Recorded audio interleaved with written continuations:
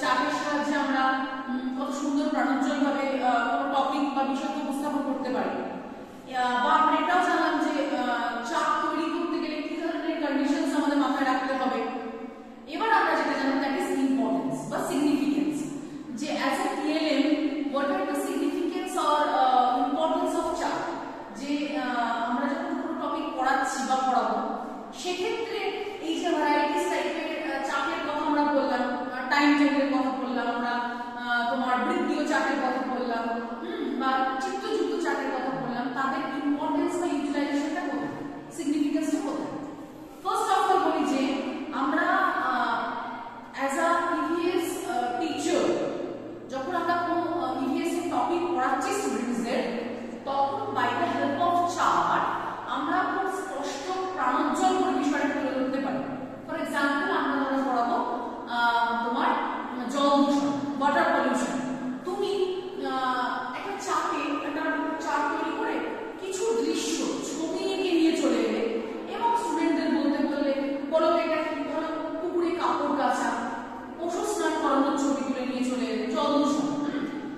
আবার দেখলে কোনো নর্দমা দিয়ে কোনো ড্রেন দিয়ে নোংরা জল পুকুরে নদীতে হ্রদে ইত্যাদি পড়ছে, কিছু সিচুয়েশনাল কিছু পিকচার তুমি চার্টে তুলে আনলে এবং by the help of your chart তুমি ওয়াটার পলিউশনটা পড়াচ্ছ।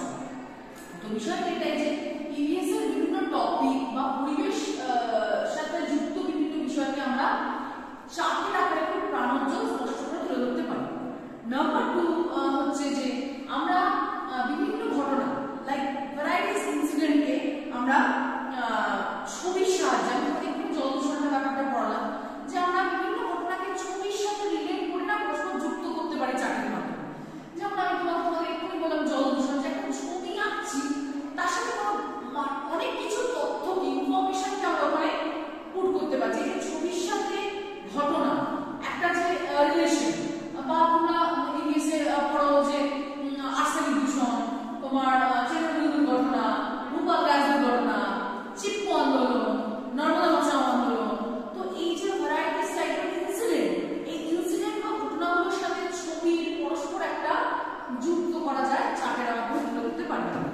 নেক্সট হচ্ছে যে বিভিন্ন বিষয়কে, ঘটনাকে আমরা চিত্রের সাহায্যে, ছবির সাথে একটা প্রতীকী তুলে ধরতে পারি। যেমন সাপোজ আমরা চিপকো আন্দোলন পড়াবো, গাছকে জড়িয়ে রাখি, আমরা ওরকম একটা সিচুয়েশনাল পিকচার স্টুডেন্টদের চিত্রের সাহায্যে দেখাচ্ছি এবং সেই ইনসিডেন্টটাকে বা সেই বিষয়টাকে আমরা একটা প্রতীকীর সাহায্যে, মানে একটা প্রতীক, একটা সাইনের সাহায্যে আমরা বিষয়টাকে উপস্থাপন করছি, সেটাও করা সম্ভব।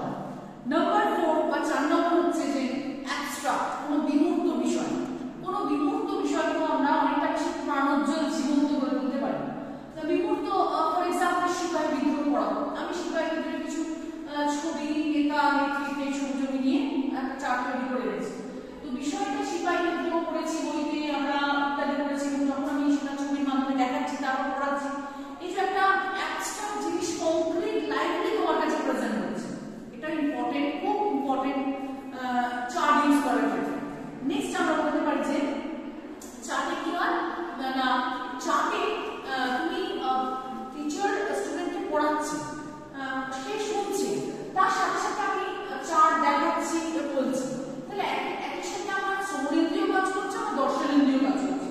তাহলে আমার পড়াটা, আমার লার্নিংটা অনেক বেশি লং টার্ম, অনেক বেশি মেমোরি, অনেক স্মৃতিতে থাকবে, অনেক বেশি অ্যাক্টিভ ইন্টারেস্ট আমার মধ্যে ক্রিয়েট করবে, সেটাও খুব ইম্পর্টেন্ট পয়েন্ট। আরেকটা ব্যাপার হচ্ছে যে টিচিং লার্নিং প্রসেসটা একটা ভ্যারাইটি, একটা আনন্দদায়ক পরিস্থিতি সৃষ্টি হয়। প্রথমেই বললাম যে আমরা PLM ইউজই করি because to motivate our students, হ্যাঁ, টু ক্রিয়েট আ ফ্লেক্সিবল আর এনজয়েবল এনভায়রনমেন্ট।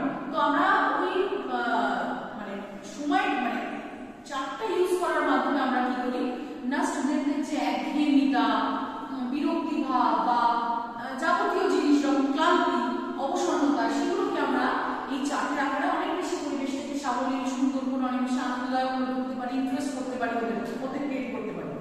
এছাড়া অনেক সময় কি হয়, তুমি কিছু কথা বলছো, স্টুডেন্টের কানে অব্দি গেল না, বা একবার বলে চলে গেছে, মিস করে গেছে, যখন তুমি চার্ট ইউজ করছো তখনই কি করছো, চোখেও দেখতে পাচ্ছি জিনিসটা,